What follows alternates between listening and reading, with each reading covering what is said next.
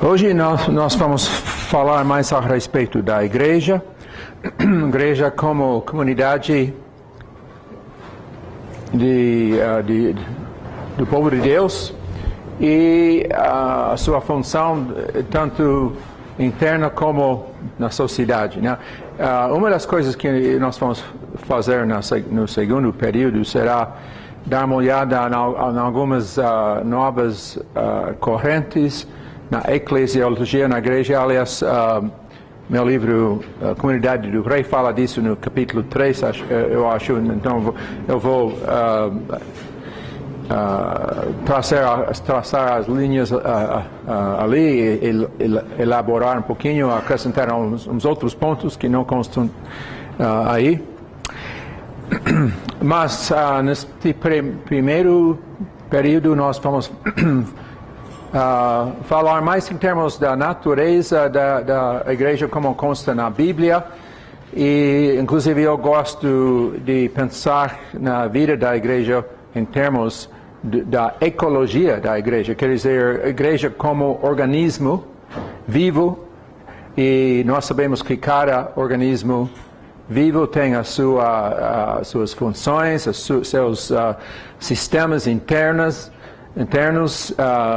seus sistemas internos, a vida orgânica, né? Então, mas antes disso eu gostaria de perguntar, vamos refletir um pouquinho sobre os assuntos de que nós temos tratados durante a semana e talvez fazer algumas conexões entre a sua vida, a sua igreja e a sociedade atual.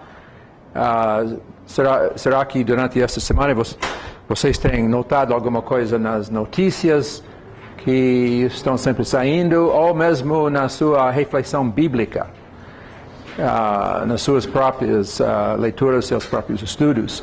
E a pergunta seria: o que você está pensando agora quanto, digamos, a realidade do Evangelho, a realidade da igreja e a realidade social, né, pública da sociedade, e tudo isso, e as ligações, as conexões?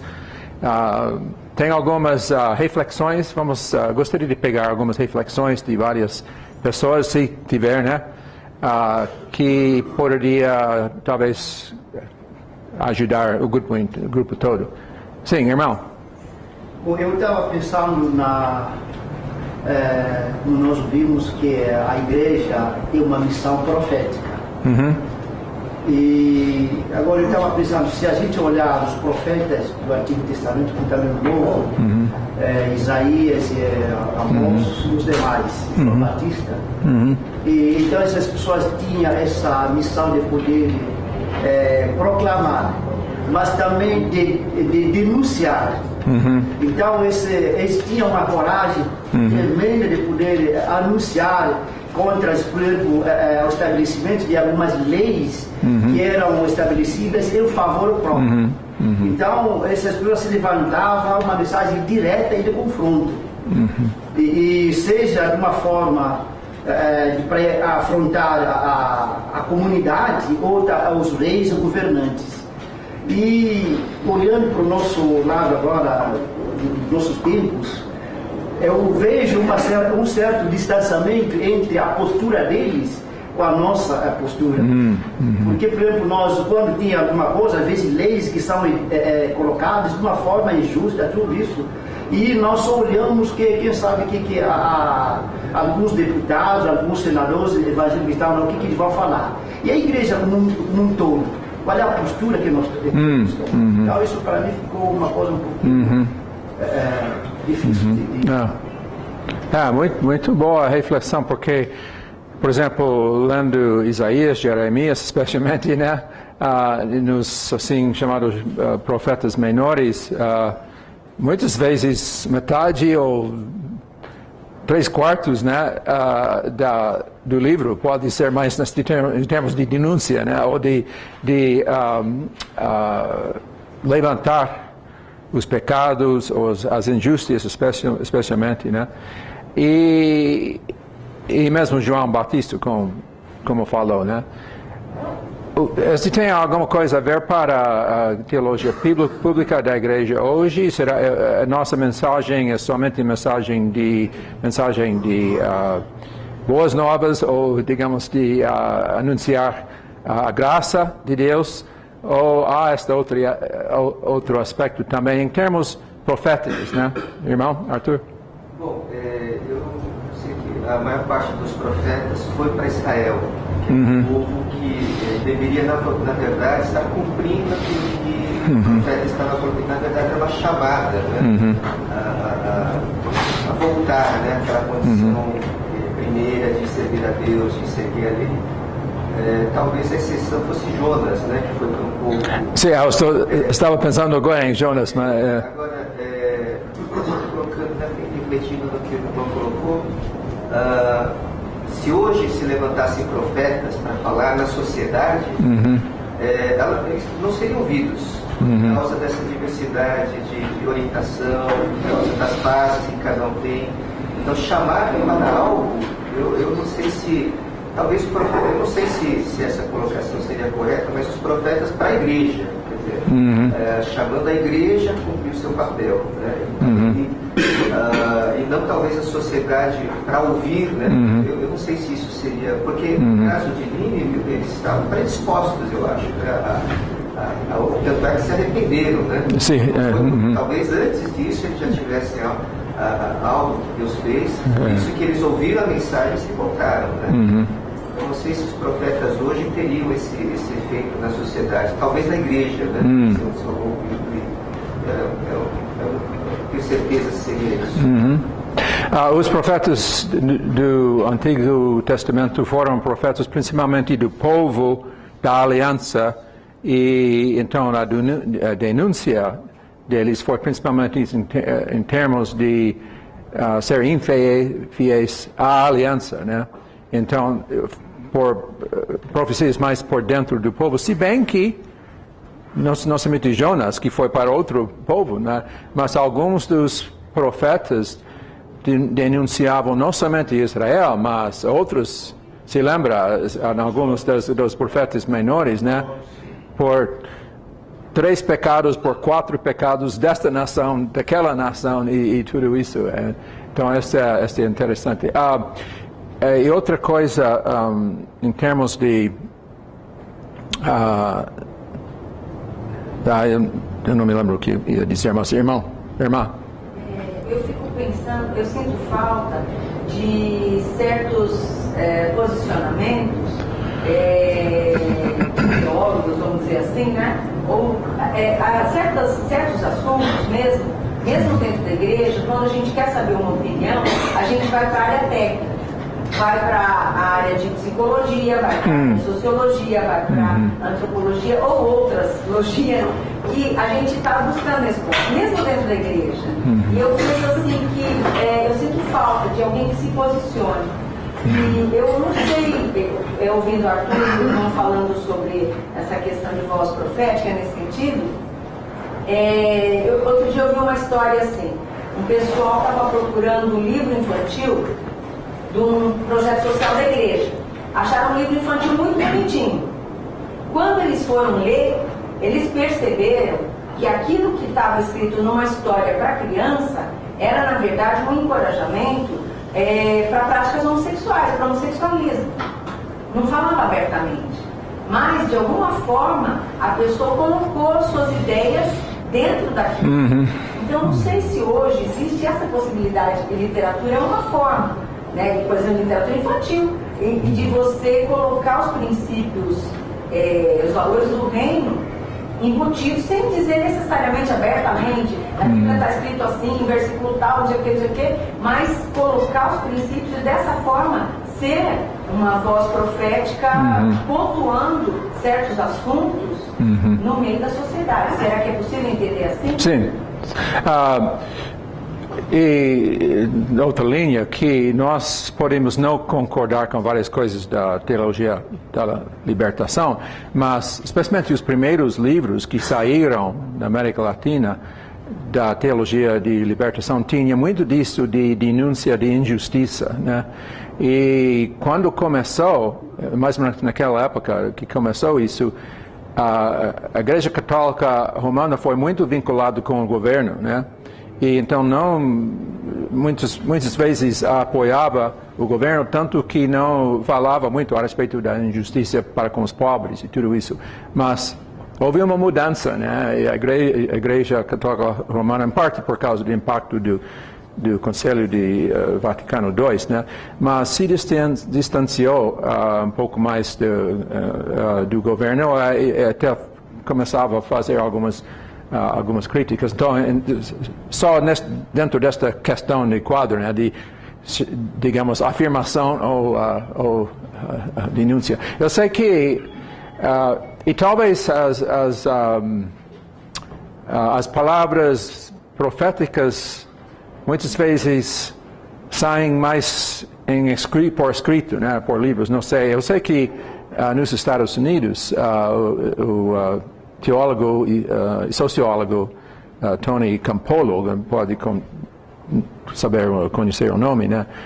Tem funcionado nesse sentido do profeta, né? Porque ele tem montado denúncias mesmo, ou pelo menos perguntas, né, a respeito da vida da igreja para com questões de justiça e pobreza e outras coisas, mas ele é uma exceção, né, da maioria.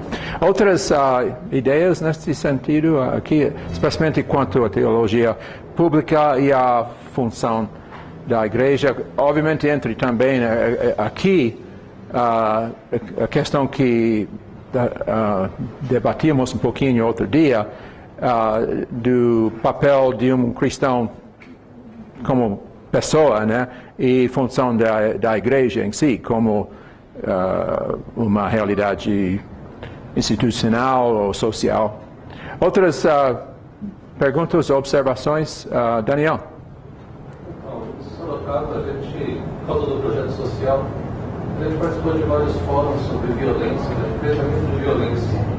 Ou por causa de contato com escolas públicas também. Quando a gente fala de ter um projeto com a família, eu sempre falo, então venha dar um curso aqui. Não sei o que vocês dão, mas eu quero que vocês venham para cá, porque qualquer coisa que fizerem com as famílias é melhor do que a situação que a gente tem hoje.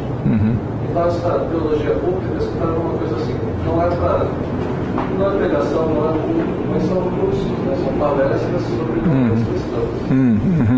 Eu sei que tem uma Universidade da Família que está fazendo isso justamente com os conselhos de educação de algumas cidades. Então esse tipo de material se torna um padrão para a educação das famílias da cidade. Tem uma, não sei se é teóloga, né? Lana, alguma coisa da Jovens com a Missão, Guarimã. Qual é o nome que falou? O primeiro nome é Lana, não lembro se era Lana Turner, alguma coisa. Ela está falando sobre discipulado das nações. Eu acho que deveria ensinar as nações os princípios da palavra de Deus. Sim. E quando fala das nações, está falando dos cristãos também, porque mesmo países ou cidades muito evangelizadas, não tem muita diferença em nível de, como eu falei, né, de divórcio, aborto, índices de violência, cheque sem fundo, é a mesma coisa, não importa se a sociedade é evangélica ou não. Então eu acho que devia ensinar esses princípios para todos, não só para os não crentes, mas especialmente para os cristãos também, para aplicando isso. Dentro da história da igreja, tem havido duas correntes ou duas ideias diferentes em termos, digamos, da função profética da igreja ou a vida profética da igreja. Uma dessas correntes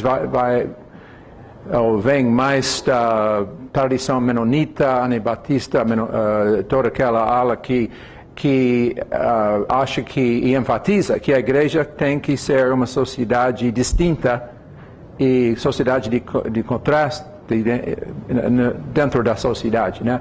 Então, John Howard Yoder, que foi meu orientador no programa de doutorado, menonita, né? Se bem que ensinava numa universidade católica, né?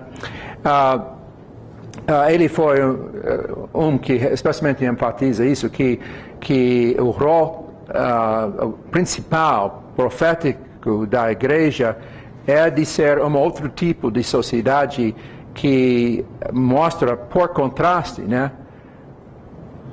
os valores do reino de Deus e, por isso, a sua própria vida, família e outras coisas, a sua própria vida se torna profecia, né?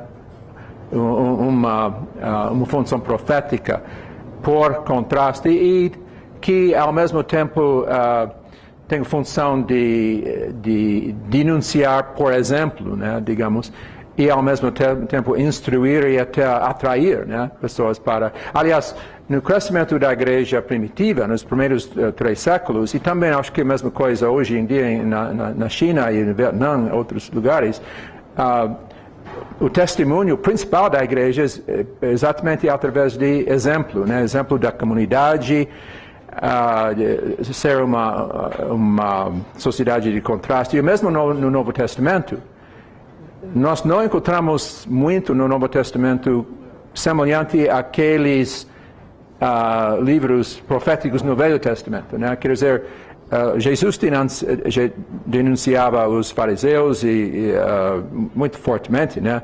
Mas os escritores, os demais escritores, aliás, os escritores do Novo Testamento, falam mais, a não ser com exceção talvez com o Apocalipse, não falam mais em termos da denúncia da injustiça da cidade, senão da maneira de vida que a igreja deve levar, né?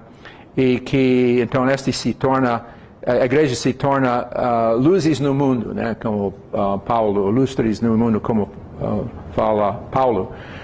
Então esta linha, outra linha seria mais que vem, por exemplo, da teologia holandesa, da igreja reformada, né? De dizer que, e outras também, né? Algumas aulas de protestantismo até católica, né? Que a igreja deve ter esta função mais ativa, inclusive mais de participação da política, todos os setores, né? Da sociedade. Eu acho, pessoalmente, que pode ser uma ou outra dependendo das circunstâncias, se bem que, de qualquer forma, de qualquer situação, qualquer contexto, a ênfase principal deve ser na edificação do corpo de Cristo, de uma comunidade que, como alguém falou, que troca os valores deste mundo para os valores do reino que vem, do reino que já tem uma função escatológica, profética, porque está tentando, e pelo Espírito Santo capacitado, de viver, né, aquela outra vida que Jesus mostra, mesmo no meio de um mundo que muitas vezes não segue assim. Mas, dependendo das circunstâncias, a igreja e cristãos podem e provavelmente devem tomar um rol mais ativo, né? Por exemplo, na China, hoje, né, e mesmo no Império Romano, foi quase impossível a igreja tomar uma posição mais ativa, né, em frente às questões. Por exemplo, Paulo nunca denunciou especificamente a escravidão, se bem que ele dava a base para, eventualmente, né, para a abolição da escravidão. Mas depois, em outros setores, por exemplo, na Inglaterra, século XVIII, nos Estados Unidos e outros lugares, mais ou menos naquela época, ali havia uma sociedade mais democrática, com muitas portas abertas para a atuação na sociedade, na política até. E nós muitas vezes pensamos, por exemplo, William Wilberforce, no parlamento de Inglaterra, né, que montava aquele esforço para o fim do mercado de escravos. Bom, outro comentário aqui, ou em termos da atualidade hoje, ou em termos de pontos bíblicos, irmã? Anteontem, quarta-feira, houve uma manifestação contra o abuso sexual infantil em Avenida Paulista. Ah, é? Era somente, na verdade, estudantes cristãos universitários. Tinha BU, tinha movimento de meninas. E eu participei, né? Minha filha também segurou faixa. Ah, é? E realmente paramos o trânsito. Então, toda vez que o sinal fechava, ficava proibido, eles iam com as faixas e, assim, quero silêncio, usine contra, né, o abuso sexual infantil. É um dia nacional, aliás, acho que é mundial, né, dia 18 de maio. E eu achei aquilo profético. Sim, E foi instrução também, porque junto com os piquetes, tinha Disque 100, que era uma coisa que eu também não sabia. Então, já estou avisando aqui. Se por acaso alguém vê, né, um abuso de crianças, existe esse número, Disque 100. Eu achei isso bem atual, profético, denúncia e instrução. Interessante. Para todos os estudantes cristãos. Dando testemunho realmente que testemunho público, né? A nossa fé. Inclusive teve Globo News, né? Então teve a mídia que estava presente, foi entrevistado o coordenador. Então também acho que vai ser meio permanente. Quanto ao testemunho público, eu acho que importante a igreja esclarecer frente ao mundo que a nossa preocupação não é somente com nós mesmos, com a igreja ou com os direitos, ou etc., mas a sociedade em si, né? A justiça, a questão dos pobres, tudo isso que se não é assim, o público pode perceber que, bom, a igreja só tem preocupação com si mesma, né? E, então, acho que é importante a igreja mostrar, de qualquer forma, que o amor de Deus e a justiça de Deus para com todos os assuntos, obviamente assuntos do meio ambiente, e aqui a igreja deve ser uma sociedade de contraste, né? A igreja e nós, como cristãos, devemos tomar a liderança em termos de cuidado do meio ambiente, reciclagem, né? Maneira que tratamos do terreno que temos, né? E tudo isso, né? Este é realmente, e pode ser um testemunho profético, eu acho. Né? Eu ouvi uma certa ocasião que as igrejas que têm algumas iniciativas nesse sentido poderiam se unir, né, com outros grupos não cristãos que tivessem o mesmo problema, sejam espíritas ou outros. Eu ainda não tenho conclusão sobre isso, mas em termos de testemunho, será que isso não se dilui? Porque nós somos cristãos, pensamos assim, tudo bem, você também pensa, mas você tem outra crença, né? E, por exemplo, se a gente fosse pensar um pouco mais radicalmente, se fosse para a igreja se unir a grupos homossexuais para defender os direitos humanos, não a questão da homossexual, será que isso não confundiria o testemunho? Né? Porque assim, a questão dos direitos humanos é fundamental. Sim. Mas associando-se com um grupo que talvez exclui, né, da nossa mensagem. Né? Aqui a igreja precisa muito de discernimento, de sabedoria, né? Mas,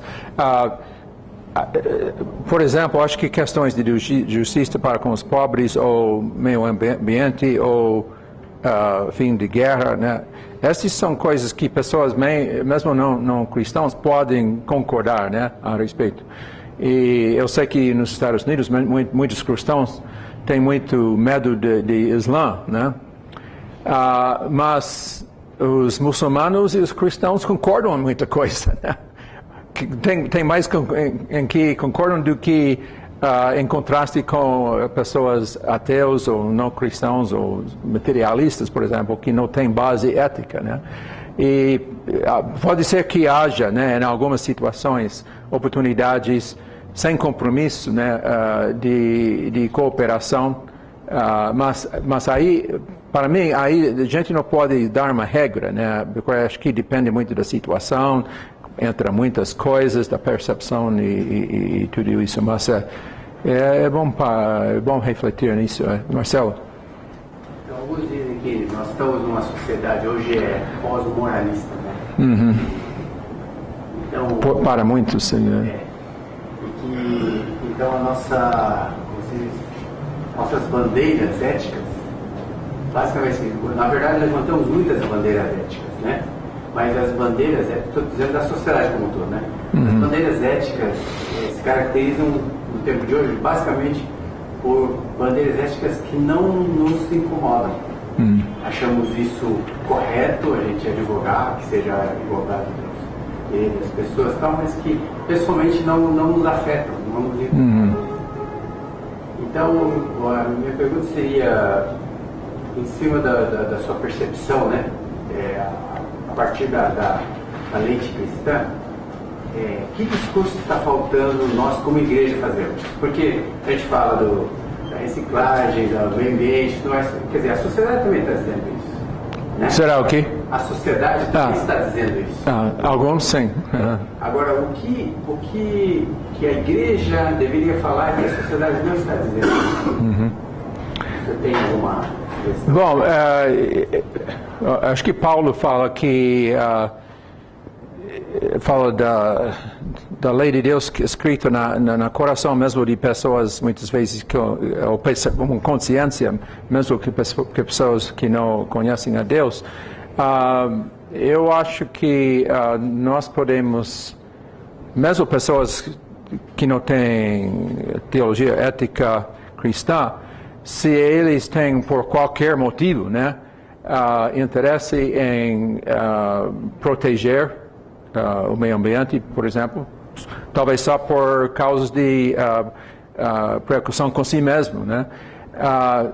Eu acho que é a oportunidade da igreja de afirmar, mas então ensinar que há uma base bem maior, né?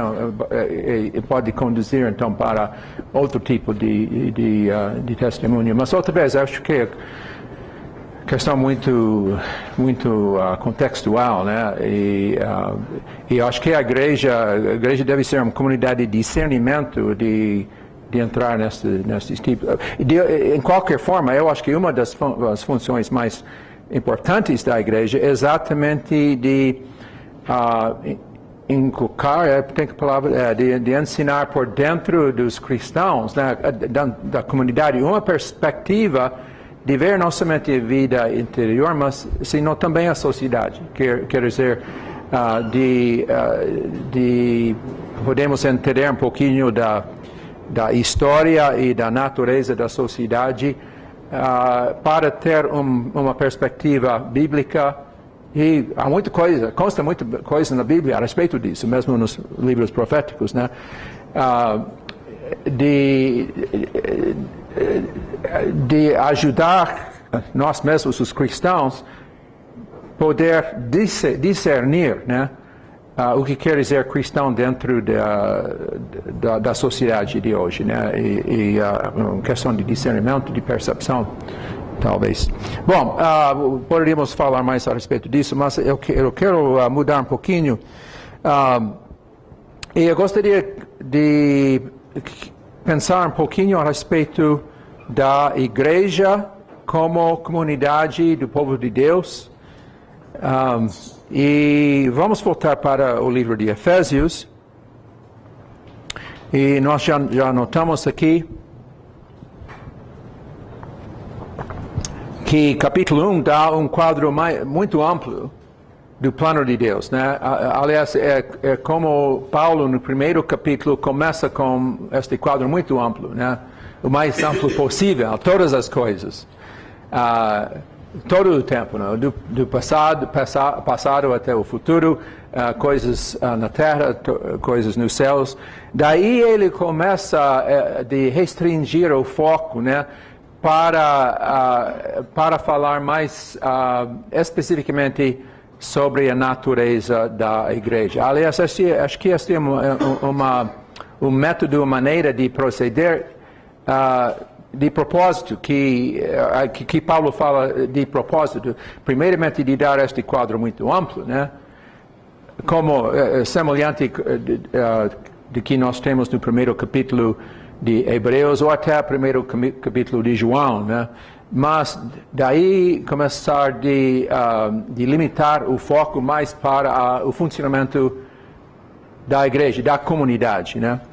E isso que ele fala, ele termina o primeiro capítulo de Efésios. Deus colocou todas as coisas debaixo dos pés de Jesus, né?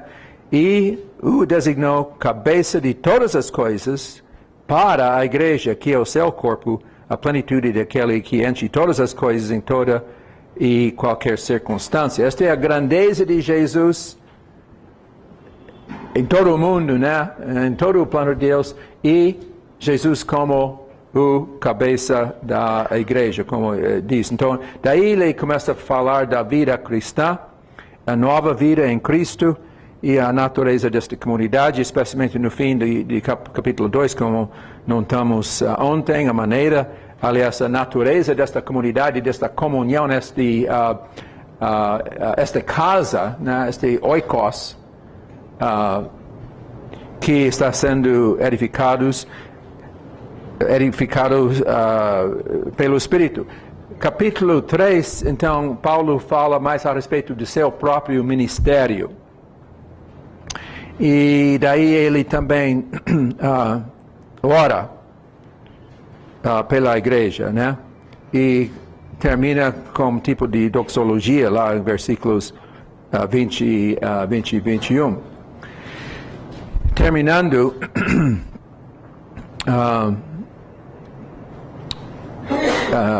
versículo 21. A ele seja glória na igreja e em Cristo Jesus por todas as gerações, por todo o sempre. Amém. Daí ele começa então a elaborar mais da natureza desta comunidade. Aliás, falando nisso, às vezes eu tenho ouvido gente dizendo que, bom, os primeiros 3 capítulos de Efésios são mais teológicos, doutrinários, e os demais livros, aliás, capítulos, são mais práticos. Eu não acho esta realmente a verdade, porque eu acho que a doutrina percorre todo o livro, né, toda a carta, e tudo é prática, é uma coisa prática, né?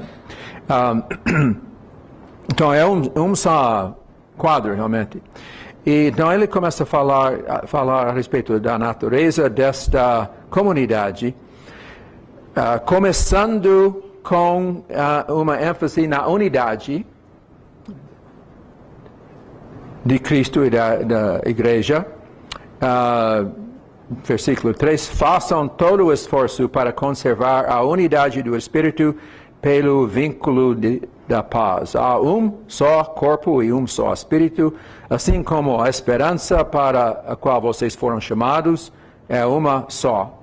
Há um só Senhor, uma só fé, um só batismo, um só Deus e Pai de todos, que é sobre todos, por meio de todos e em todos. Então aqui a ênfase na unidade e grandeza de Deus, e visto que há só um Deus, só um Espírito, só um Jesus Cristo, assim, existe só uma igreja, né? Se bem que a igreja existe em muitas comunidades. Aliás, há uma grande transição, realmente, em termos de ênfase, quando chegamos em versículo 7. E a cada um de nós foi concedida a graça, conforme a medida repartida por Cristo, etc. E aí nós podemos pensar também em 1 Coríntios 12, né, que é paralelo em muitos sentidos, embora diferente também.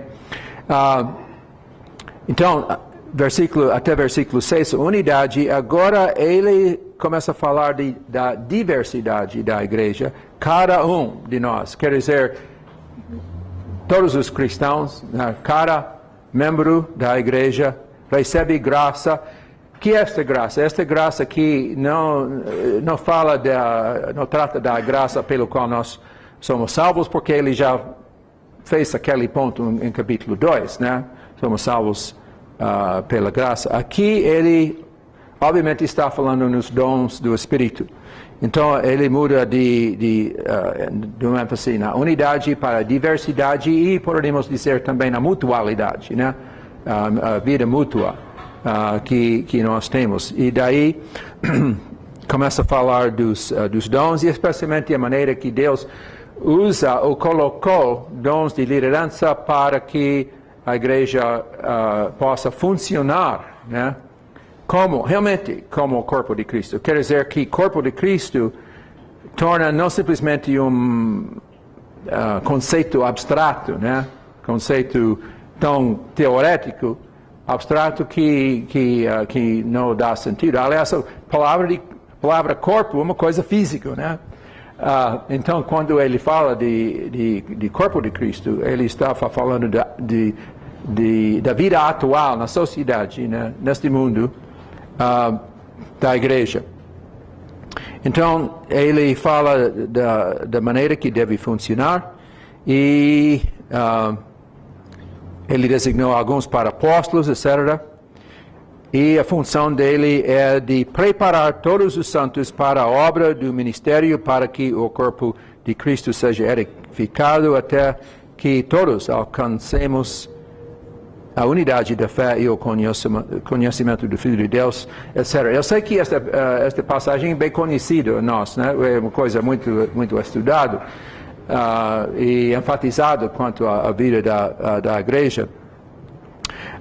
Especialmente este fato em versículos 11 e 12, que a razão por que Deus designa, ou Cristo designa, apóstolos e demais, é exatamente para equipar, para preparar todo o corpo de Cristo para o ministério. Então, afirma que o ministério do Evangelho é dado a todos os crentes, todo o corpo, né? É o corpo, não é simplesmente apóstolos ou profetas ou seja o que for, mas é o corpo de Cristo que aliás, é os cristãos que realmente é o corpo de Cristo, é o corpo de Cristo que é o ministro de Deus, né?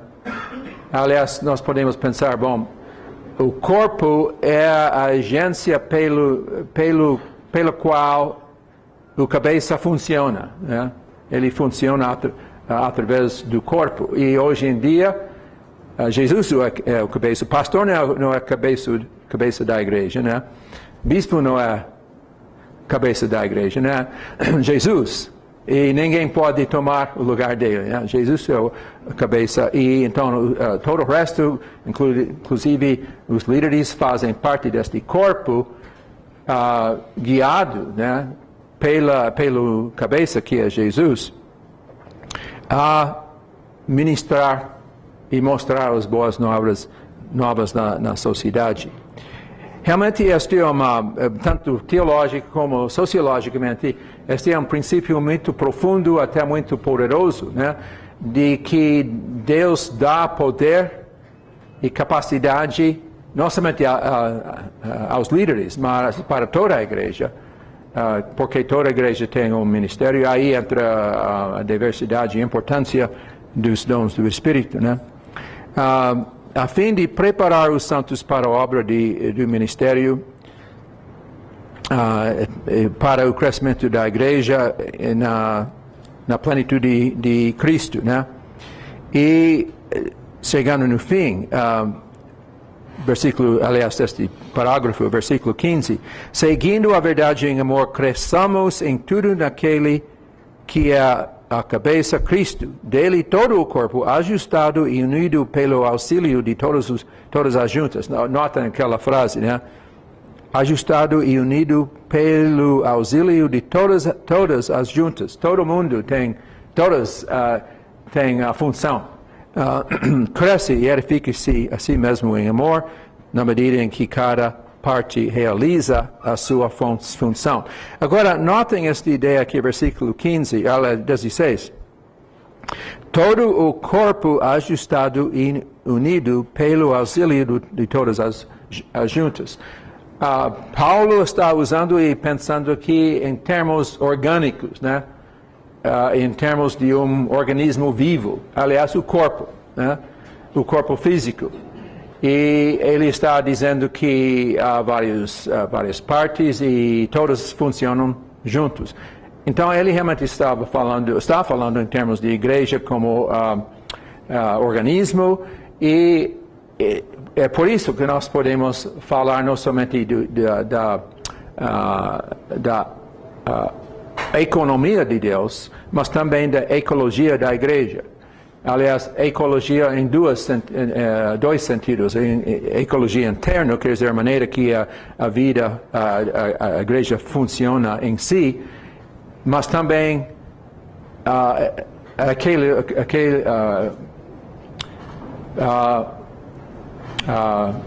ecologia da igreja na sociedade, todas as maneiras que a igreja tem impacto, né, ou influencia a sociedade. Resumindo, o que temos nestes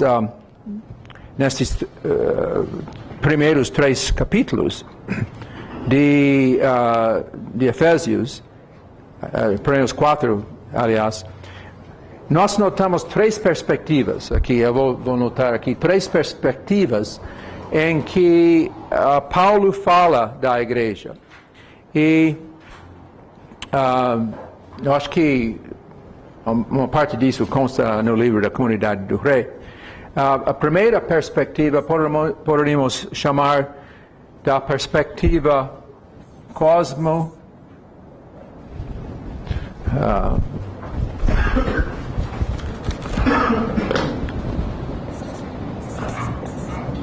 cosmo-histórico. A perspectiva cosmo-histórica. O que quero dizer isso com essas palavras é simplesmente o que nós temos, especialmente em capítulo 1, se bem consta em outros livros, especialmente Romanos, mas outros livros também, de colocar a vida da igreja dentro desta grande economia de Deus, grande plano de Deus, né, na sua integridade, né. E eu falo cosmo-histórico porque ele fala tanto em termos cósmicos, né, de todas as dimensões, mas também históricas. Aquilo que Deus tem feito no passado, que Ele faz agora e que Ele vai fazer. Bom, nós já tratamos disso, né, nos outros dias. A segunda dimensão que nós temos aqui é que exatamente começamos a encontrar em capítulo 4 em diante, é que a igreja, numa perspectiva carismática,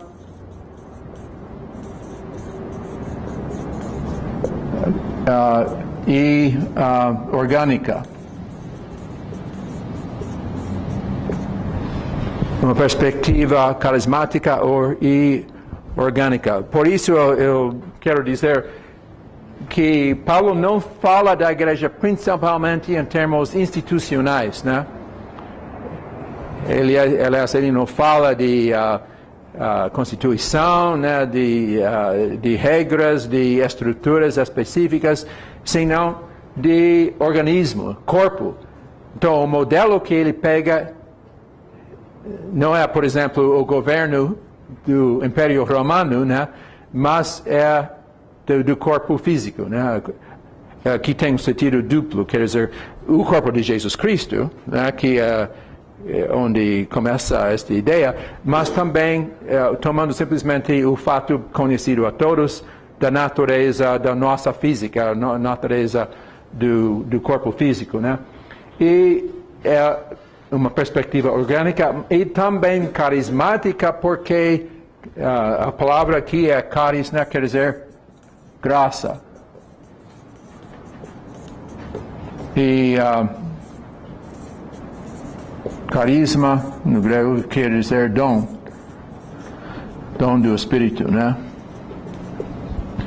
Então, num sentido duplo, a igreja é carismática. Carismática em primeiro lugar porque foi formado não pela vontade humana, mas pela graça. Nem pelo esforço humano, mas pela graça, né? Nesse sentido, a igreja é a obra muito grande de Deus, né? Como consta em Efésios capítulo 2, versículo 10, né?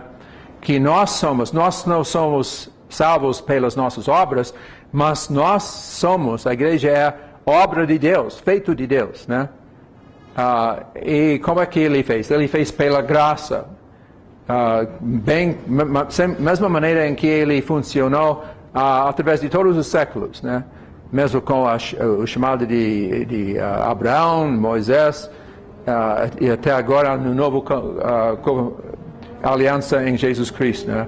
É pela graça, e uma vez salvo pela graça, Deus dá na mesma maneira, ou digamos da mesma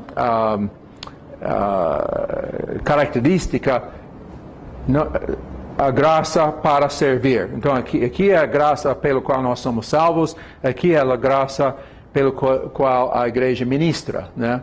Serve através dos dons do Espírito. A igreja é chamada a servir, né? E Deus dá várias bases isso. Uma é simplesmente, ou não é simplesmente, profundamente, né? Os dons do Espírito. Outro é o fato de ser servos, né? De Deus. E o fato do sacerdócio universal, né? Todos em intercâmbio. E, finalmente, nós podemos dizer que Paulo coloca ou vê a igreja aqui como comunidade do povo de Deus.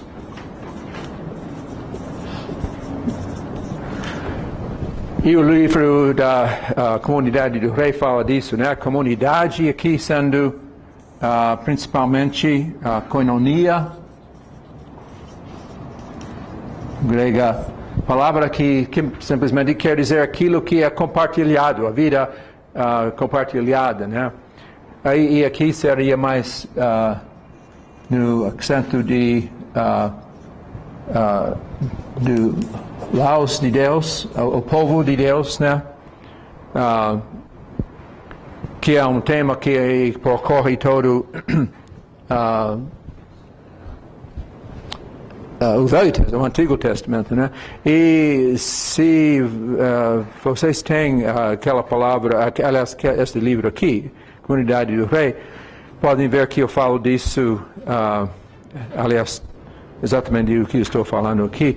E consta em página 72, né, um tipo de desenho aqui que mostra exatamente o que eu estou querendo dizer, né? Aqui a comunidade do povo de Deus, koinonia aqui deste lado, sugerindo organismo carismático, a localidade da igreja, quer dizer, a igreja não é uma coisa teórica, senão uma comunidade atual num certo lugar, certos bairros, né? Ou certas casas. A localidade da igreja, comunhão, por isso, grupo pequeno, dons espirituais, nova natureza moral. Mas a igreja é mais do que uma comunidade em si, né? É mais do que esta comunidade, essas comunidades particulares em vários lugares, porque faz parte do grande povo de Deus, tanto agora como naquela linha da história, né? Que do passado e agora e no futuro, né? E por isso podemos falar nesta realidade cósmico-histórica, a universalidade da igreja, a missão, né? A igreja não é simplesmente comunhão, senão missão, né? Não somente grupo pequeno, mas também a grande congregação. dons espirituais, mas para servir, né? Para dar testemunho. Aí seria a igreja como reino de sacerdotes. E não somente nova natureza moral, mas também uma nova humanidade na Terra, né? Então, isso que é uma maneira de pensar ou elaborar a maneira que a igreja serve realmente como corpo de Cristo. Se vocês têm o livro, na página 74, também tem outro desenho aqui que eu coloquei para explicar ou para enfatizar, talvez, o que nós temos em 1 Pedro 4, versículos 10 e 11, a maneira em que a igreja funciona como prisma, né, de tornar visível e até bonito, né, a graça, tornar bonita a graça de Deus no mundo. Então, este em termos de uma perspectiva em geral. Há qualquer pergunta aqui a respeito disso? Sim, Marcelo. O senhor falou que dessa última figura, né, de se tornar assim, a graça de Deus ser uma manifesta nesse mundo, né? Uhum. Em que sentido a cultura pode... Em que sentido aqui? A igreja precisa ter uma expressão cultural também, né? Uhum. Esse contato com a cultura do seu entorno. Uhum. O que o senhor acha disso? Em que sentido assim ela pode ajudar? A cultura pode ajudar ou...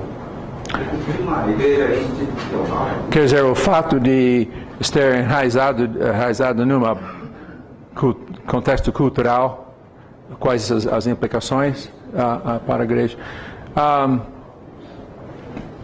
Bom, a forma social da igreja vai ser influenciada pela cultura, obviamente, né? A maneira que a cultura pensa de família, de liderança, de poder, de moralidade, tudo isso. Eu acho que aí entra a necessidade de contextualização, que vocês já sabem, e também entra a questão da igreja ser subcultura ou contracultura, né? Eu acho que mais que essa sociedade funciona de uma maneira que nega, né, as verdades que nós temos na Bíblia, a igreja deve funcionar como contracultura, mas essa questão de contextualização entra aqui, é mais questão de discernimento. Não sei se você tem uma pergunta particular, mais específica. A dúvida é legítimo, quer dizer, sendo fiel a Deus, né? Procurando manifestar a graça de Deus, né? Mas de alguma maneira, se é legítimo eu ter uma vestimenta cultural na minha igreja, de tal forma que, por exemplo, com o objetivo de alcançar as pessoas que estão ao meu redor. Então, que sejam expressões de culto, alguma coisa assim, manifestando a graça de Deus, mas tendo esse filtro, esse filtro cultural, né? Uhum. Já que passa pelo ser humano, né? Passa pela gente. Sim, sim. Bom, acho que é bom reconhecer que esta é a verdade, este é o caso, né? E eu acho que durante todo o percorrer da história da igreja, a igreja sempre tem enfrentado isso e em várias maneiras, mas eu não sei como dar uma resposta específica, senão de levantar alguns princípios básicos, né, da vida centralizada em Jesus, importância da comunhão aos outros como sociedade primária em nossas vidas, que dá perspectiva para outro, e daí avaliar, né, vários aspectos da cultura. Por exemplo, eu noto nos Estados Unidos que é uma cultura muito individualista, né? E mais individualista do que em outras partes do mundo, talvez. Mas então a igreja tem de lutar contra isso, né? De um lado, afirmar, há uma verdade lá, afirmar que cada pessoa tem a sua própria identidade e responsabilidade, e eu falo disso no livro Vinho Novo, mas também de tomar uma posição contra um individualismo que pode enfraquecer a comunidade e responsabilidade mútua. Mas daí acho que a mesma coisa acontece em outras áreas. Os irmãos têm alguma observação a respeito disso? Daniel? Talvez dentro dessa linha ainda, essas igrejas homogêneas, nos Estados Unidos são igrejas para negros, brancos, para brancos. Bom, aqui no Brasil tem várias igrejas focando em ricos. Tem várias igrejas falando assim que os ricos não estão sendo alcançados, então precisa ter um contexto. Então, o lugar onde vai ser igreja é um lugar bem chique. Há uma grande história nesta linha. Debates na Índia, né? Especialmente, será que a igreja, o evangelho deve avançar por alcançar os hindus de alto casta e tudo isso, casto, né? Casta. Mas realmente a igreja nunca crescia muito neste sentido, sempre crescia através dos movimentos das massas. Mas estes são os tipos de perguntas que se levantam. A igreja, o que nós notamos, e aliás René Padilla enfatiza isso, quando eu fiz a revisão deste livro em 2004, aliás, ao pedido de René Padilla para a edição castelhana, eu acrescentei algumas coisas dele mesmo, que ele fala muito a respeito desta questão de homogeneidade, né, e tudo isso. E eu acho que mostra, enfatiza que na igreja primitiva havia uma consciência que a igreja é para todos, o evangelho para todos, e a comunidade deve ser uma comunidade em que as pessoas de vários status na sociedade se encontram, né? E com uma valorização de todos, e especialmente aqueles que no mundo não são tão valorizados, né? Tá. Há outras observações aqui? Ok, eu quero colocar então o que eu penso de ecologia, especialmente a ecologia mais interna da igreja, e vou colocar então num sentido, eu vou usar um círculo. Aqui seria, então, igreja. Estou pensando em igreja, especialmente uma igreja local, se bem que poderia aplicar uma igreja em sentidos maiores. E seria a comunidade local da igreja. O que vamos colocar no centro? Poderíamos colocar a cruz, mas eu vou pôr como a glória de Deus, porque a igreja deve existir a glorificar e servir a Deus, né? A glória de Deus. Agora, a pergunta então seria: quais são as maneiras em que a igreja glorifica a Deus, né? E eu acho que há várias maneiras de falar, e se a gente lê nos livros a respeito de eclesiologia, muitas vezes acham várias eclesiologias que falam de 3, 4 outras maneiras. Eu coloco especialmente aqui a adoração, a função da igreja de adorar a Deus, adoração, a comunidade, ou seja, a comunhão, né? E o testemunho.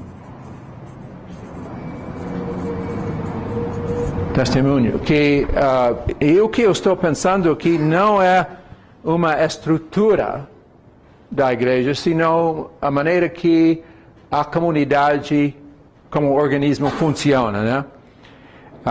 Como é que a igreja adora a Deus? É através da vida de culto, de adoração, não somente no domingo, né? Mas 24 horas por dia, né? Porque estamos chamados a viver uma vida de adoração a Deus, né? Mas este se concentriza especialmente nas experiências de adoração. Comunidade ou comunhão seria a vida compartilhada, que consta especialmente na vida da igreja quando os irmãos e irmãs se reúnem, né? Quando 2 ou 3 estão juntos na presença de Deus, ou mesmo quando haja uma congregação maior.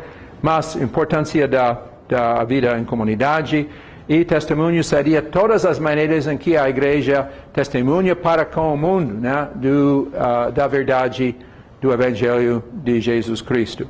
Tanto pela mostra, pela maneira de vida, né, não somente o que a igreja faz, mas o que a igreja é, né, como sociedade de contraste, uma sociedade que mostra que é um sinal, um modelo até, em certo sentido, do reino de Deus que vem, né? Uma igreja que procura realmente signou perfeitamente, realmente mostra o amor, a verdade, o caráter de Deus, né? O caráter de Jesus Cristo. Então, como é que a igreja faz isso? Eu colocaria, então, alguns outros aspectos aqui. Mas lembra que aqui estamos falando em ecologia, ou seja, vida orgânica, né? Então, não é questão de um quadro de organização, a não ser a maneira em que os sistemas do corpo funcionam juntamente, né? Como o nosso próprio corpo, né? Temos ossos, temos músculos, tem todas as partes, sistema digestivo, né, todas as partes do corpo físico têm tipo de analogia, né, com o corpo de Cristo. Então nós podemos pensar em orar. Então estas linhas aqui não são paredes, né, mas são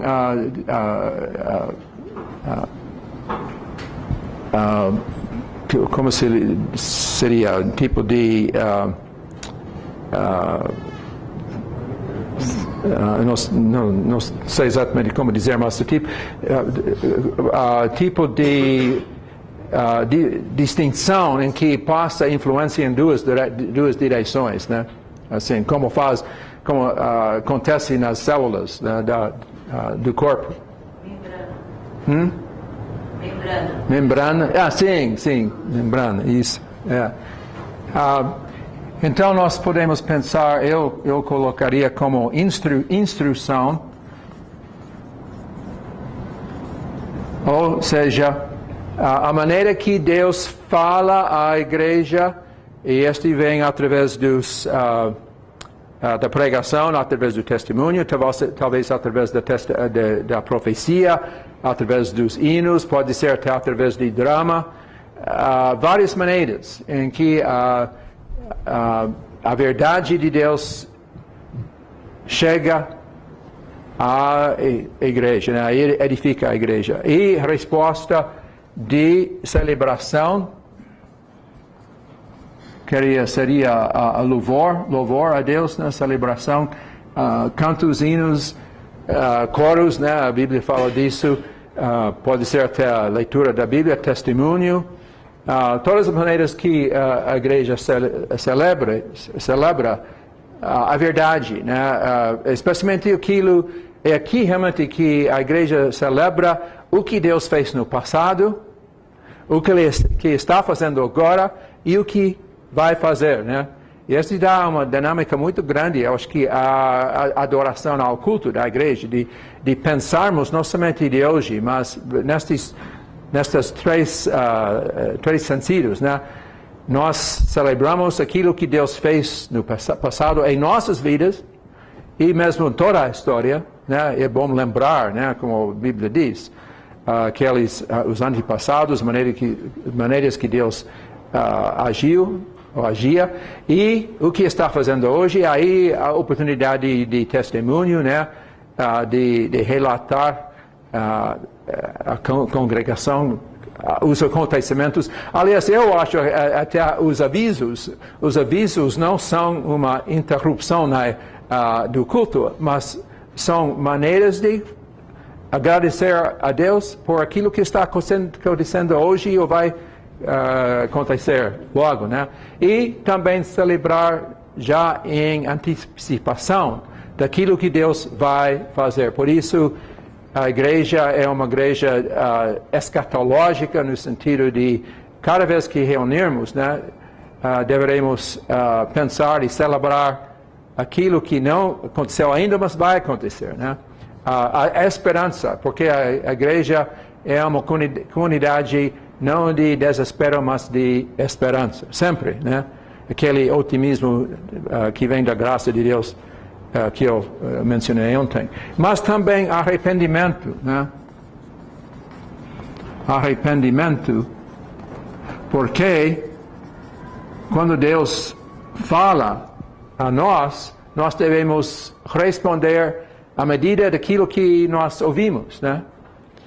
Então, quando ouvimos na instrução as grandes verdades da fé, a esperança, as promessas de Deus, nós louvamos a Deus. Mas às vezes Deus diz a nós, né, que nós devemos nos arrepender, né, pelos pecados, pelos feitos que não devemos ter feito, né? Então, arrependimento também faz parte da adoração, da vida de adoração. Bom, vou colocar também discipulado, que seria não somente de pensar e louvar, mas realmente viver esta vida, né? Aqui é a instrução que vem, talvez, em os temas básicos, gerais. Aqui nós nos perguntamos, ok, está bem, se esta é a verdade, o que nós vamos fazer, né? Como é que nós vamos andar conforme estas verdades? O que é que estas verdades têm a ver com a nossa vida de hoje? E aqui também entra os dons do Espírito, dons do Espírito Santo, e também a santificação, ou seja, o crescimento no caráter de Deus, né? Porque santificação tem a ver com a vida de Cristo, o caráter de Deus que ele tem manifestado, né? Então, aqui seria os dons do Espírito, aqui seria o fruto do Espírito, né? Manifestado dentro da igreja. Mas eu coloco tudo isso em termos de comunidade, porque este não acontece quando nós vivemos as nossas vidas sozinhos, nem acontece simplesmente num culto grande, mas precisa das reuniões mais íntimas, né? De encorajamento, de ensinar uns aos outros e corrigir aquilo que Paulo fala, ou Tiago fala, Tiago 5, 18 por aí, 16 por aí. A vida em comum. Testemunho, então, seria evangelismo em vários sentidos. Aliás, nós vamos falar um pouco mais a respeito disso depois. O serviço, outra vez, em vários sentidos, porque na Bíblia, serviço traduz geralmente a palavra diaconia, que quer dizer, em primeiro lugar, servir a mesa, né? E em sentidos mais amplos, mais gerais, várias maneiras de servir uns aos outros, né? Em termo geral, mais ou menos amplo, no Novo Testamento, e a base, né, da nossa palavra diácono, né? Aí também a justiça. Então, essas são várias maneiras pelo qual a igreja dá testemunho ao Evangelho. Lembrando outra vez que estes aqui são, outra vez, que é a palavra membrana, não, em que a influência flui, né? Então, é porque estamos pensando em termos orgânicos e ecológicos, que este realmente é um corpo. Então, este é como nós fomos de cortar um pedaço do corpo, né, e colocar dentro do microscópio microscópio, como é? E analisar, mas então este só dá uma dimensão, mas é uma maneira de olhar por dentro, né, daquela realidade do corpo, quer dizer, do organismo da igreja.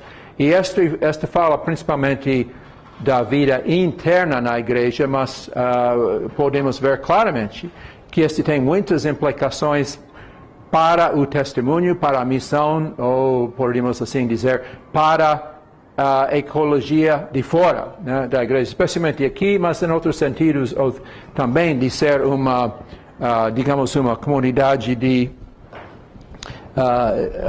contraste. Por exemplo, quanto aos dons do Espírito, né, Deus dá os dons do Espírito, e alguns dos dons funcionam mais na vida dentro da comunidade em si, né? Deus dá dons para edificar a igreja, dons que funcionam em termos de encorajamento, ensino, tudo isso. Deus dá dons também mais para adoração, né? O culto público, dons de música, de instrução e de outras formas também.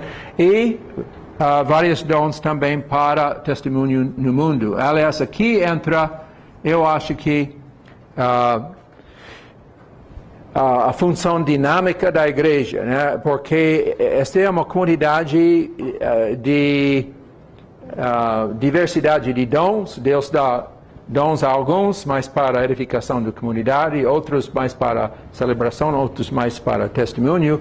E dentro de uma comunidade local, pode ter pessoas que têm um ministério, preocupação muito grande, especialmente quanto à justiça, outros talvez mais em termos de serviço, outros mais em termos de evangelismo, em termos de anunciar as boas novas para as pessoas possam tornar a Jesus, né?